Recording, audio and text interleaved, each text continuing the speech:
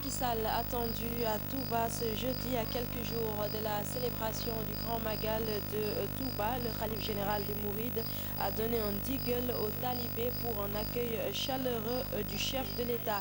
Assemblée nationale, les séances plénières pour l'examen de la loi de finances 2015 démarrent ce mardi à 9h. Nous y reviendrons dans nos prochaines éditions. L'opposition a décidé de surseoir à sa manifestation du 25 novembre devant l'Assemblée nationale, une mesure qui fait suite à la demande des bonnes volontés précises Bachir Diawara. Pour l'administrateur adjoint de l'APR, Diana Camara, le PDS n'a pas la capacité de mobiliser sans Abdoulaye Wade. Compte rendu ou reportage Maimouna Ndiaye mardi. La mobilisation des cadres de l'opposition du 25 novembre n'aura pas finalement lieu. De bonnes volontés sont passées par là, nous dit ce membre du comité directeur du PDS. C'est véritablement un bâillonnement des libertés démocratiques dans ce pays qui a été entrepris par le pouvoir de Macky Sall. Mais Dieu merci, au Sénégal, nous comptons de bonnes volontés de la société civile, du monde religieux, qui veulent s'investir pour véritablement donner des chances à la décrispation sur cette question précise.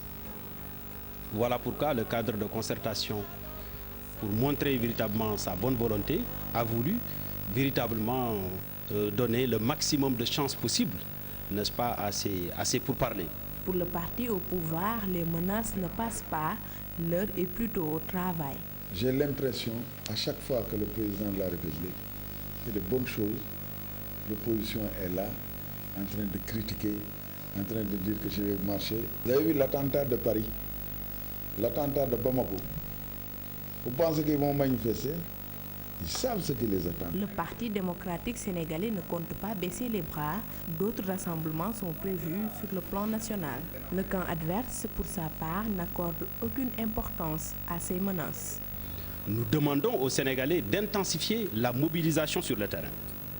Cette question-là transcende les frontières des partis politiques. Ce n'est pas une affaire du Parti démocratique sénégalais.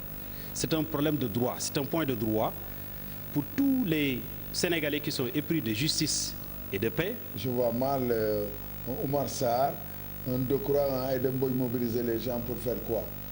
Pour un poste de vice-président, de président de groupe? Vous pensez que le peuple sénégalais n'est pas mûr? Le peuple sénégalais est assez mûr pour ne pas les suivre. C'est ça la raison. L'Assemblée fonctionne normalement. Vous pensez qu'un Sénégalais va aller manifester pour Aïda Mbodj, pour qu'on remet à Aïda Mbodj, ou bien l'Assemblée casse le truc pour donner ça à Aïda Mbodj? Non, je n'y crois même pas. À quand la fin du feuilleton de l'Assemblée nationale?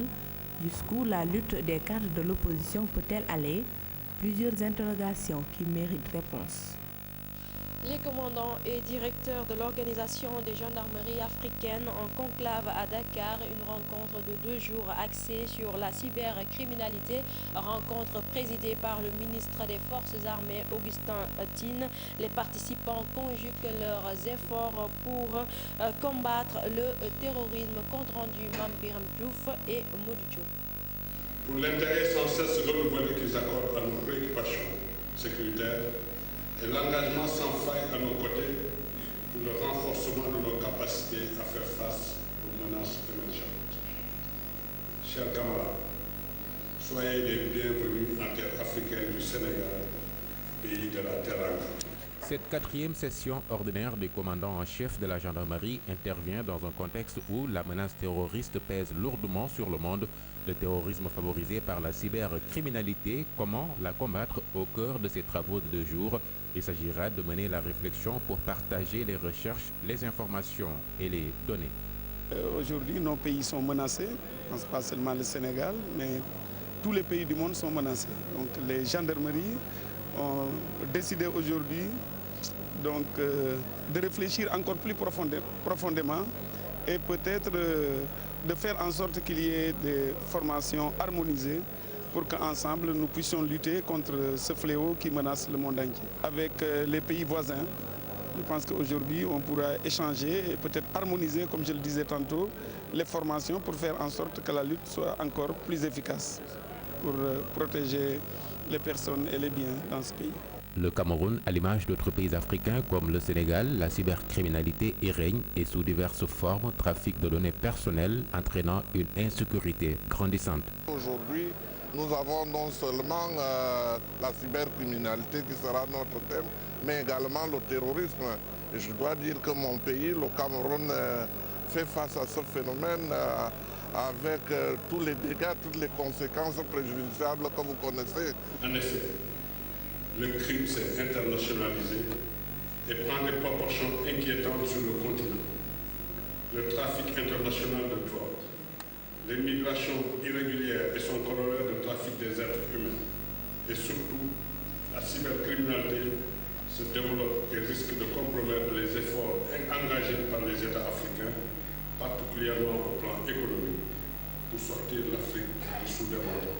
Des thématiques, entre autres, évolution des techniques d'investigation en matière de cybercriminalité au nouveau profil du gendarme, le traitement judiciaire de la cybercriminalité devant le juge au Sénégal rythmeront les travaux ce mardi, dont l'ouverture doit être présidée par le chef de l'État Macky Sall.